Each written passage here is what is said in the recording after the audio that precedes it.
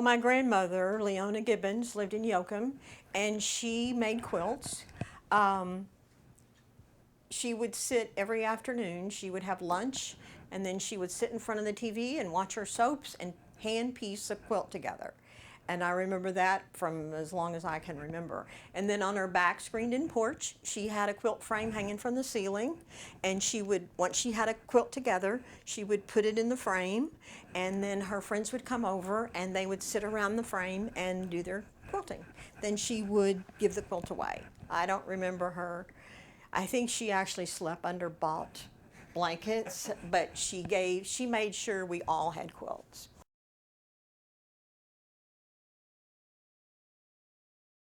The first class I ever took was in 1979, and I knew I always wanted to make quilts. I just was busy. Was having babies and going to school and working. So in 79, I had a chance to take a class. I was a stay-at-home mom then, and so I took a class from Mary Woltz, and we did 6-inch blocks.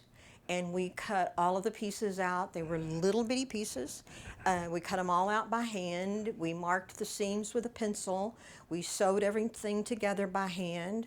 And then we hand quilted the whole thing. And it was about this big, and it took me forever. And then several years after that, Mary Ellen Hopkins came out with a new way of making quilts, and it was using a rotary cutter and rulers and machine piecing, and that really changed not only my way of doing things, but a lot of people. And so the quicker way of making quilts came about that time, and that's what I've always done it that way.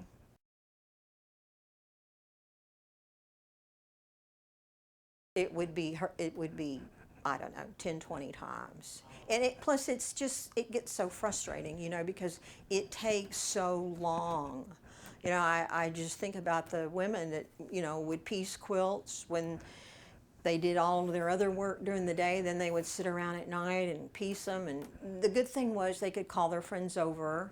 It was a good excuse to be with your girlfriends, and you would be doing something productive. But making quilts using rulers and rotary cutters and that kind of thing, I mean, it means you can do a quilt in a day. It just makes it so much faster and so much more fun because you're creating, and you're producing, and it goes quickly.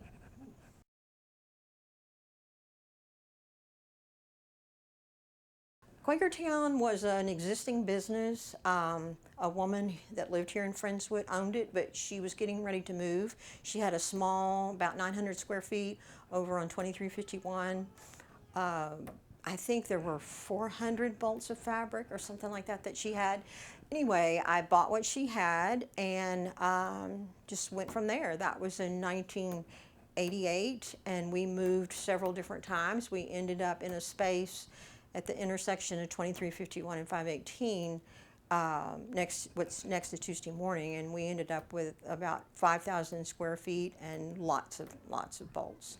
But it was really a very busy time. Having your own business can get very hectic. So, yeah.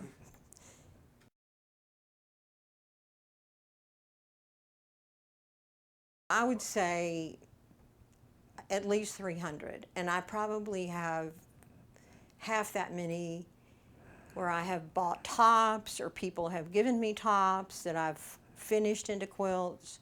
I know because I moved recently, I know I have at least 100 quilts in my house that are finished, and probably 25, 30 more that need to be finished, unfinished projects, UFOs we call them.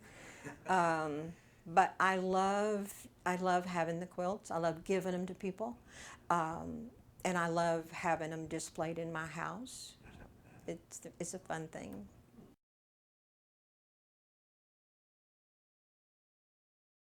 I think if you're gonna quilt, quilting is for the most part a very sociable thing. It's a lot of times it's just an excuse to hang out with our girlfriends and pile everybody in the car and head across town and go to a quilt shop or a quilt show, which we used to be able to do, and we will be able to do again someday. But it's a very sociable thing, so I always recommend that people get in a guild. There's lots of guilds around. We started a guild in this area in 1985. 14 of us, and it's still in existence. It's the Bay Area Quilt Guild. They meet up off Scarsdale, and we have a quilt show every other year. We have a retreat every year, even last year and even this year. We'll have our retreat. We do lots of charity projects. We give quilts to a lot of different hospitals, veterans, children's groups, CPS, baby blankets, pillowcases, finished quilts, whatever. Somebody comes to us, knows somebody that wants something, then we have a very active service group, and we do a lot of things for others.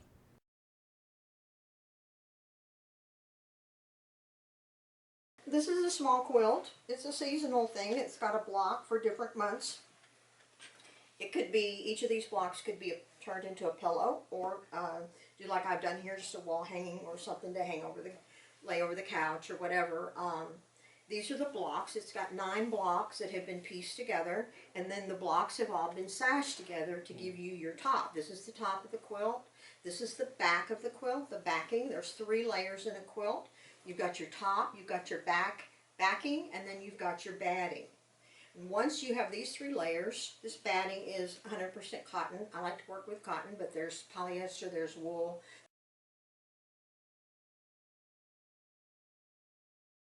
It gives it the fluffiness, it gives it the if you want to curl up in it, it's going to keep you warmer than if you have just a layer. It's like, think about just a sheet, a single sheet, as opposed to a blanket or a quilt or something that has the 3 layers in it. I see. And there's different thicknesses of layers, of batting. So if you're up north, you may choose a different batting than what you might want to have down here. You also can get a thinner batting that works better for wall hangings as opposed to quilts. So you have a lot of different choices there. But once you have the 3 layers together and they're basted together, I use a spray glue to baste them all together. You spray it on the layers and then you iron it, and then everything is basted together so that you can then either quilt this by hand or take it to your sewing machine, and then you can do the quilting on it. Once it's all quilted, and generally you want to quilt about a fifth's distance apart. Okay. So once you have that amount of quilting on your quilt, then you can trim off the edges, put your binding on it, and then your quilt is done. All right. Okay, this is what I'm working on now. Actually, I just finished the top a couple of days ago, but this was one that a quilt shop in Bay Area, they were doing a block thing, so we got a block a month for 12 months, and then I made the blocks throughout the year, and then once it was done, the fun part for me is taking the blocks and putting them together. Mm-hmm. So this one has been put together with what we call a connector block, which is this part right here, brings the whole thing together, and then I was able to use my leftover fabrics for the border. So this one will now be basted and then quilted. Oh. This is just a little wall hanging. If you like to cross stitch, or you have some cross stitch pieces or something you want to put into a quilt, this shows how you can do that. This is one my mother made. It has butterflies and different flowers in each of the block. And then around the cross stitch piece, she put what's called an attic windows. Okay. And it's just a little wall hanging.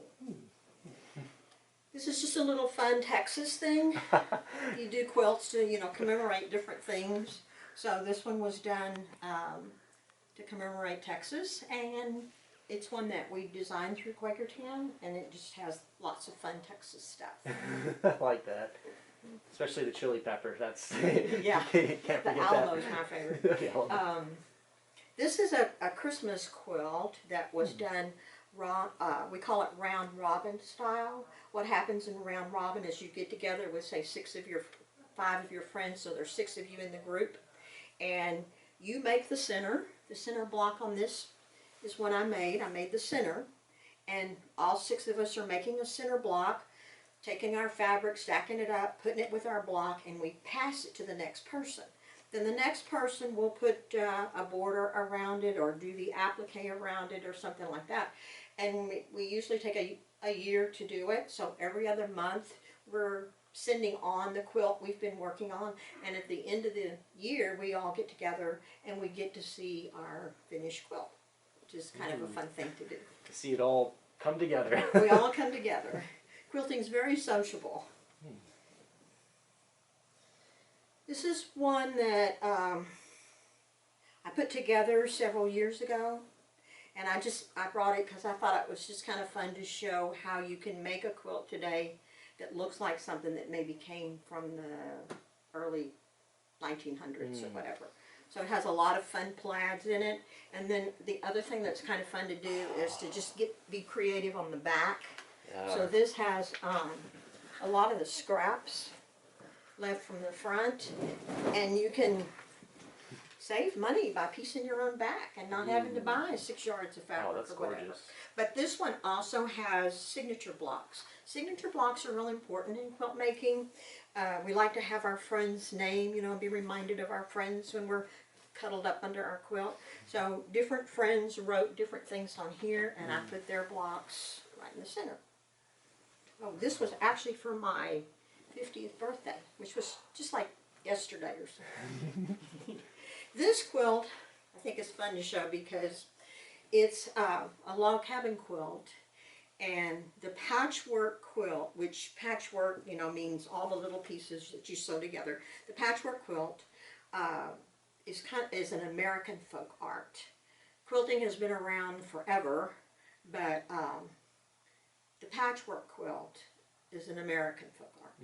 And the log cabin block was one of the most common ones when people brought their quilt making and their talents, you know, to America. This is the log cabin block, and typically it's done with a light side and a dark side. And the way you arrange the blocks, you can get lots of different kinds of patterns. And typically the center square was either red or yellow. Red signifying fire in the fireplace, yellow signifying light in the window. And around that they built their log cabin. So it's one of my favorite blocks. This quilt is my grandmother's, and she gave it to me before she died. And it was one that her friends made these blocks for her. When she was in her 40s, she married a man that moved her from Yoakum, where she had lived her whole life, where all of her family was, moved to Roswell, New Mexico. And he was in the Air Force. But before she moved, they made blocks for her. And her mother made a block, which this would have been my great-grandmother. Her sister made a block, her neighbors made a block, and then this was her block. So it's a really special signature blocks. It's a really special quilt. Oh, definitely, definitely. And there's, you know, to have it passed down. I mean, you don't have, I don't have another sample of my great-grandmother's writing. But on that, I do. I have her, I have all of her sisters and her nieces. And so it is very special. When I lived in Galveston, the hurricane was coming, that was the first thing that went in the car. So. In some ways, it's like the family Bible. With Yeah, the inscription and this one's my mother's. And my mother lived in, and she made this one. She didn't start quilting until she was in her 60s. And she lived in Port Aransas. And so she loved the lighthouses, the seagulls, the fish, all those kinds of things. So this quilt came from her. She's gone now too, so it's really important to me to keep my mother's quilts and my grandmother's quilts. And hopefully, my children will want to keep my quilts. It better. Who knows? We're going to have a talking to them. Yeah, have a talk.